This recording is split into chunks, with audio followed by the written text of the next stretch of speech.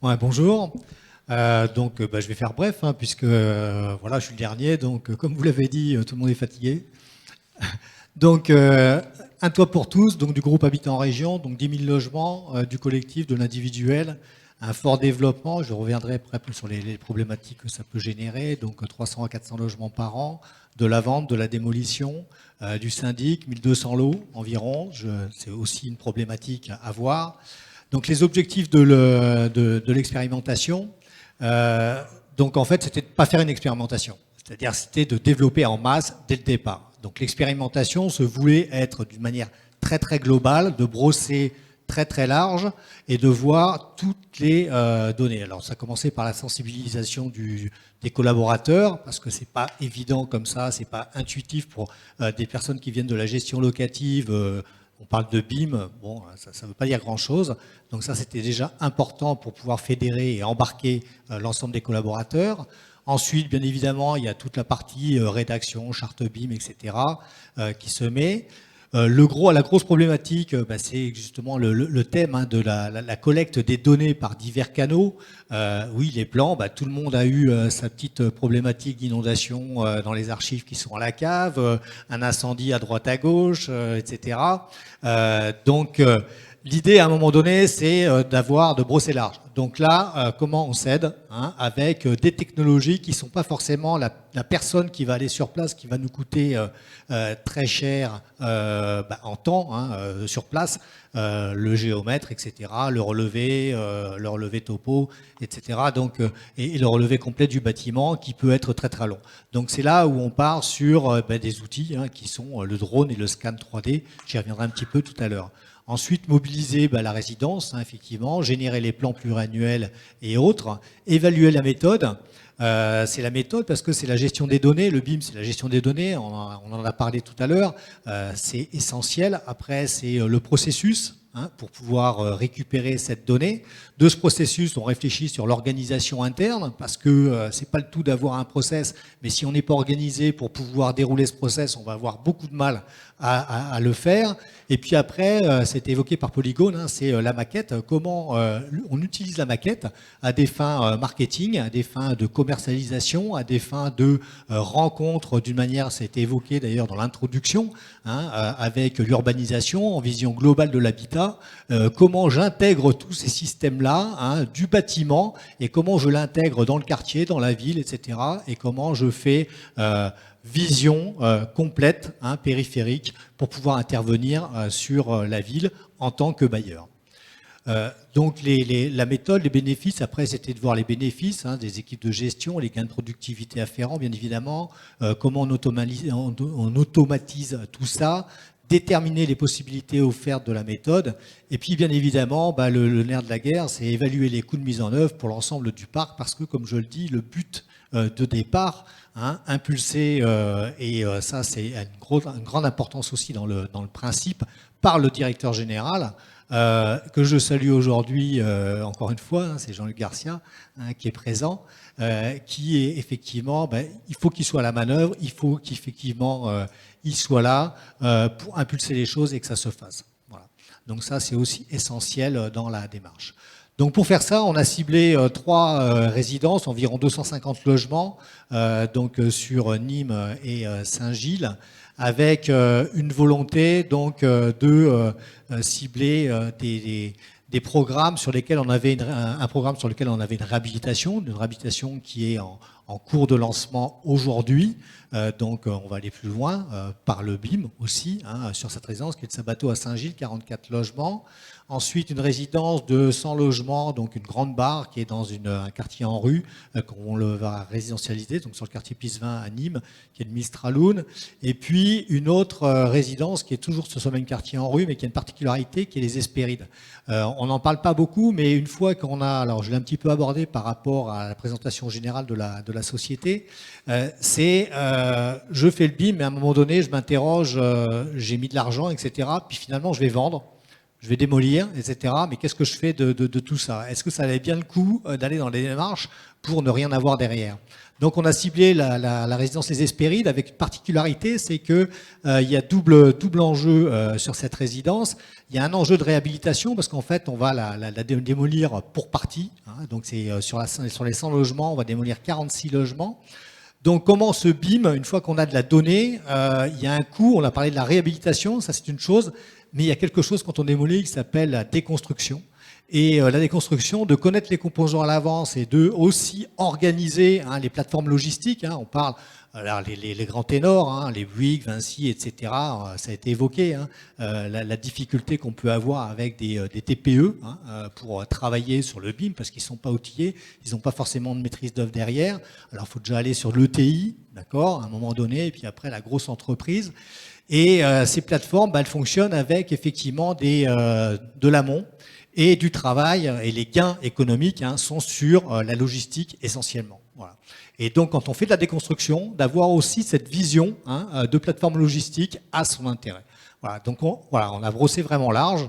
Voilà. Le seul truc qu'on n'a pas fait pour l'instant, c'est effectivement le BIM construction, sur lequel on n'est pas parti, et qui pose aussi des problèmes avec ce que moi j'appelle, mais c'est le clic magique à un moment donné, comment je passe d'un BIM construction où j'ai un lot 600 ou voire plus, d'accord, à un lot 300, parce que moi j'ai besoin que d'un 300 quand je fais de la gestion. Et ça se fait pas d'une manière automatique. Voilà. Donc la plupart du temps, on est obligé de reconstruire la maquette et du coup on a l'impression de s'être fait un petit peu avoir parce que on paye deux fois le coût. Voilà. Donc voilà pourquoi en fait le périmètre d'expérimentation. Donc les difficultés rencontrées, je vais aller très très vite parce qu'en fait c'est les difficultés que tout le monde a pu avoir. C'est la recherche des plans, les plans des fluides, etc. Les interfaçages qu'on peut avoir, les programmations qui nécessitent d'introduire des composants que l'on n'a pas toujours. Et puis l'outil informatique. Oui, l'outil informatique, oui, c'est bien d'avoir une belle maquette, d'avoir tout embarqué, une super base de données. Mais si on a, quand on recherche la base de données, on a un outil qui fait qu'on met 3 heures à ce que l'écran finisse par s'allumer, ça va pas du tout. Voilà. Donc ça veut dire qu'il a fallu se réinterroger aussi sur l'ensemble de l'outil informatique, les serveurs, etc., pour pouvoir embarquer tout ça. Donc ensuite, les avantages que je vous ai listés, c'est les avantages que tout le monde a trouvés. Donc effectivement, alors avec la belle illustration qui a été faite par Laurent tout à l'heure, ça c'est effectivement ce qu'on montre et ce qui donne envie. Derrière ça, ça n'a de valeur qu'effectivement si la donnée est fiable, si la donnée est fiable dans le temps. C'est-à-dire que pas sur le one-shot qu'on a fait au moment où on a fait la saisie et on a appelé quelqu'un, mais si elle est fiable dans le temps. D'où je reviens à toute cette réflexion BIM, qui n'est pas la maquette. Voilà, c'est le modèle, modeling, etc., qui est important. C'est tout ce process, cette organisation.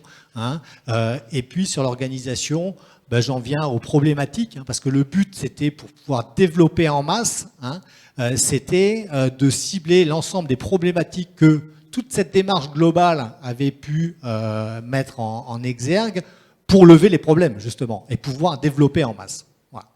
Donc là, oui, c'est ce que je reviens, la difficulté, une fois qu'on a ce BIM, on a intégré, on a fait l'investissement, on a le bel outil d'usage, mais c'est comment on l'utilise quand on fait de la réhabilitation, quand on fait de la déconstruction, etc., par rapport au marché public, par rapport aux entreprises, la capacité des entreprises à faire, et puis les coûts que ça peut générer sur les entreprises.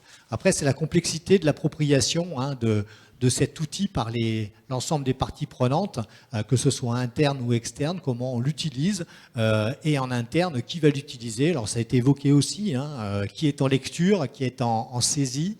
Il faut bien faire la différence et pas aller planter malencontreusement le système.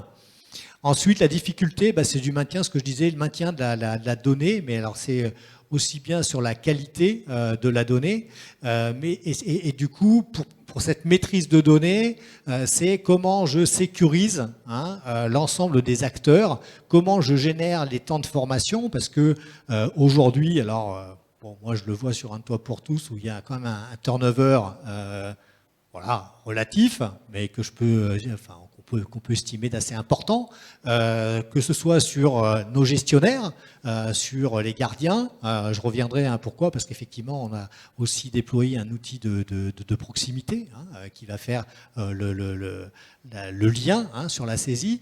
Mais tout ça, ça veut dire qu'il faut avoir une continuité. Donc ça veut dire que le plan de formation, il ne faut pas qu'il soit au moment où je mets en place le BIM, il faut qu'il soit, oui, il faut qu'il soit à ce moment-là, mais il faut qu'il soit en continu. Voilà, pour qu'effectivement les acteurs, dès qu'il y a un turnover, les gens s'intègrent dedans. Parce qu'il n'y a rien de pire. Chez Un Toit pour tous, un secteur de gestion, c'est environ 400 à 500 logements. Si au moment où j'ai quelqu'un qui est parti, au moment où je recrute, pendant 6 mois, j'ai personne qui fait la saisie, j'ai 400 logements de mon parc où j'ai pas de données. Voilà. Et c'est pas au moment où la personne arrive, 3 mois après, qu'il faut qu'elle saisisse tous les bons de commande, tout ce qui s'est passé sur le patrimoine, ça va pas fonctionner. Voilà.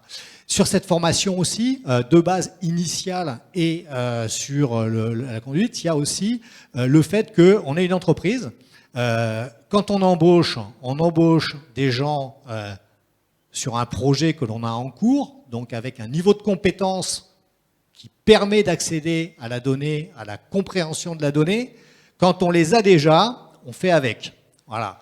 Et parfois, pour ceux qui l'ont fait, je reviens sur l'outil de proximité pour gérer les états des lieux, gérer les bons de commande, etc., que l'on a mis en place aussi. Déjà, sur ce domaine-là, on voit que ce n'est pas forcément simple. Alors, effectivement, quand il y a un pro qui manipule et qui vous présente le BIM, comme Laurent tout à l'heure, c'est magique. Mais enfin, quand après le collaborateur va dessus, c'est moins facile. Voilà, donc il faut juste l'intégrer. Alors, c'est juste ce que je dis, c'est que tout se gère. C'est juste qu'il faut l'avoir en tête. Je dis, ce sont des problématiques. C'est pas rédhibitoire. C'est juste qu'il faut bien avoir en tête qu'il va falloir gérer tout ça et embarquer tout ça. Voilà. Ensuite, la difficulté d'intégration dans le neuf, j'en ai parlé tout à l'heure. Alors, d'autant plus, ça a été évoqué aussi, parce que quand je suis en maîtrise d'ouvrage direct, encore, je vais pouvoir gérer mon truc. Quand je intègre de la VFA, alors si tant est qu'en plus je fais de la VFA, c'est-à-dire que vous savez, la VFA, l'idée de la VFA de départ, c'est-à-dire je n'achète pas un immeuble complet, voilà, j'achète quelques logements en VFA à l'intérieur, en diffus. Donc, quelle pertinence je peux avoir à un moment donné de mettre le BIM là-dedans? Ça rejoint la problématique de la gestion et de la gestion. Je vends, donc je tombe sur un syndic. Voilà, je me passe en syndic. Quelle est la pertinence d'avoir, moi, une base de données, alors que je ne gère pas l'ensemble du patrimoine, puisque c'est le syndic qui est en charge d'un certain nombre de choses à l'intérieur. Voilà. Puis après, le propriétaire, etc. Donc, toutes ces questions de vente, d'acquisition, voilà, donc, sont à réfléchir, ce qui fait qu'à un moment donné, la réflexion aussi, qui est une autre problématique qui rejaillit par rapport à ça, c'est qu'à un moment donné, et si je reprends, ça a été abordé aussi par rapport à un parc collectif et à un parc fort en individuel. Quelle est la pertinence, à quelle est l'échelle de développement de mon BIM, gestion d'une manière globale sur l'entreprise, alors que je vais peut-être avoir 30 à 40% de mon patrimoine qui n'a pas vraiment, que je ne vais pas vraiment pouvoir embarquer dedans parce que je ne vais pas être maître de la donnée ou je vais devoir partager la donnée avec quelqu'un d'autre qui le gère. Voilà. Donc c'est une réflexion, donc c'est savoir effectivement à quel moment je commence et je m'arrête. Après, de là, comme effectivement j'ai une bascule de propriété, si je fais une bascule de propriété, alors je peux faire de la vente en bloc aussi, c'est la question de la propriété juridique de l'outil. Est-ce que je le transfère? Est-ce que je ne le transfère pas? Je le transfère pour partie, je le transfère, etc. Donc c'est aussi des questions quand on a une dynamique, comme aujourd'hui Un Toit pour tous, avec voilà, de la vente, que ce soit en diffus, que ce soit en bloc, etc. Donc c'est toutes les réflexions qu'on est obligé de se poser pour pouvoir arriver un petit peu au dernier point de la réflexion problématique, qui est l'interrogation récurrente sur le couple gain-coût par rapport à Alors, je ne vais pas aller jusque, même si c'est le cas pour bon nombre hein, de résidences, mon petit fichier Excel, hein, mais après je peux avoir un ERP évolué. Pour nous, c'est Ulysse de Sopra avec effectivement un certain nombre de registres, enfin de modules hein, qui permettent d'avoir la vision des composants et de passer à un BIM hein, avec un load 300, voilà, etc. Voilà. Donc c'est toutes un petit peu les problématiques hein, que tout ça nous a généré. Pour revenir sur la question, enfin, le thème du scan et du drone. L'intérêt, bien évidemment, il est, comme je l'ai dit, c'est de compléter la base de données que l'on a sur plan ou que l'on n'a absolument pas. Là où on n'est pas allé, mais là où moi j'aurais voulu aller, mais on n'a pas eu le temps d'y aller, on a parlé du PPE, j'intègre le PPE, etc. Le PPE, c'est quoi? C'est le plan d'entretien. Dans le plan d'entretien, ce qui nous coûte très très cher aussi, c'est de récupérer le vrai état du patrimoine. Le vrai état du patrimoine, c'est j'ai une fissure à un endroit, j'ai une gouttière qui tombe à un endroit, j'ai des tuiles cassées à un endroit, etc. C'est-à-dire, et d'autant plus, on voit sur l'image, là j'ai des toitures, j'ai personne qui monte sur mes toitures quand j'ai des étages comme ça.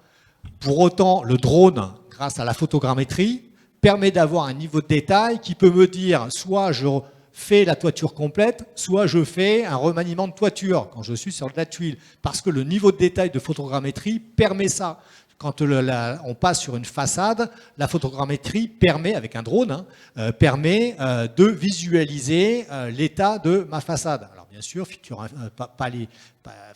voit pas l'intérieur, etc. Mais quand après on passe en scan 3D, etc. Et quand on passe à l'intérieur des bâtiments, on le voit. On peut compléter ça par le passage drone hein, avec l'analyse, la thermographie. D'accord? Donc le passage drone double, une fois que j'ai ma personne qui est là, enfin mon opérateur drone, il est sur place, il me prend le passage drone avec effectivement pour le montage de la maquette, ça c'est une chose, mais derrière, enfin, c'est le même passage, hein, voilà, c'est tout. Après c'est le niveau de détail que prend le drone et c'est surtout l'analyse en bac. Hein, parce que tout ça, c'est de l'analyse qui se fait derrière, en photogrammétrie, de l'état réel du patrimoine. Il peut voir les menuiseries, l'état des menuiseries, etc. Et puis, grâce à la thermographie, eh bien, il voit effectivement si effectivement il faut faire de réhabilitation thermique ou pas une réhabilitation thermique. Ça, c'est le plus, effectivement, hein, de ce passage drone qui permet d'avoir, au moins au moment où on fait le passage, hein, d'avoir cette culture de l'innovation et d'outils qui sont un petit peu différents hein, de l'outil classique du plan qu'on en a retrouvé à la cave.